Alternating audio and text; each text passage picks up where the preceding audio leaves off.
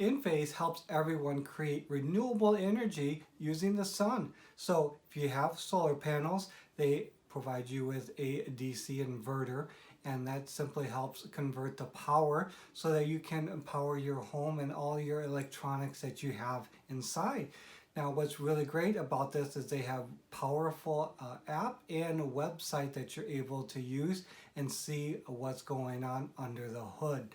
So it's so efficient that it allows you to power everything you have on a daily basis. It allows you to store the extra energy when you're not using energy, and it allows you to give energy to the grid of surplus energy that you're not using. So your electricity bill, if you have it, would actually pay you back money. Wouldn't that be really good if your electrical bill actually paid you? To give you an idea of how big Enphase is, it's $20 billion in market cap. Amazon is 74 times larger than Enphase. In 2020, their net income was $134 million. So that would put their profit margin at 17%.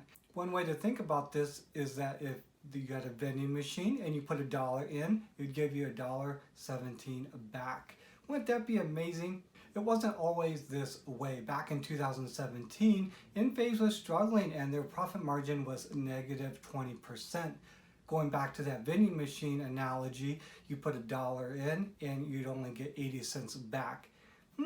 Reminds me of a casino slot machine. Were you wondering how much they made last year? $774 million.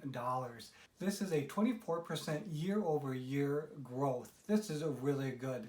Think of it like this. Back in 2019, if you were working at a job and you were making $10 an hour, but then last year you had an increase to $12.40, that would be your 24% growth.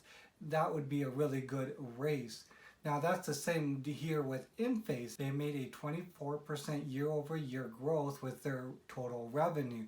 That's really good for a company. Now they just need to keep the cost of revenue low, their administrative and marketing costs low as well, so they're actually generating cash at the end of the year. I wanted to simply point out some of the competitors of Enphase, and here are some that are put together by The Street. This is just an analyst that looks at different stocks and gives their rating and thoughts on if it's a buy or not. Tesla should really be a competitor of Enphase.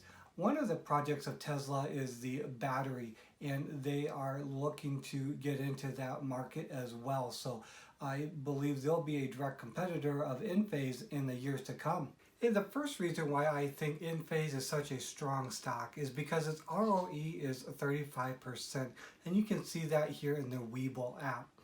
If you're not quite sure what an ROE is, it simply means return on equity.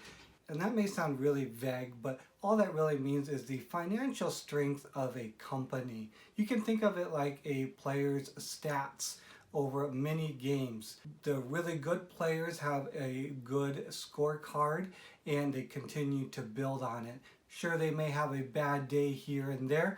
Their stats are going to reflect their hard work and dedication. That's the same with a stock. They're able to sell products really well and manage to keep the costs low, so they're able to actually have money at the end of the day and generate cash for their investors. More importantly, management is able to build up the company and help protect it against competition and when tough times roll in. Real quick, here's the performance of Enphase stock price over the years. See, it does pay off when you invest in the long term. I encourage you, once you're invested in a stock, to hold it as long as you can. I'm excited to see the innovations of Enphase and their solar projects.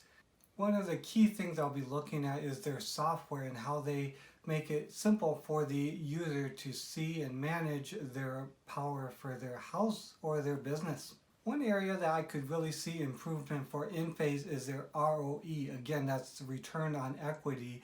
Lately, it's been declining trend-wise, and I'd like to see that improve steadily here in the next couple of years. One of the things I think Enphase is really strong in is acquisitions.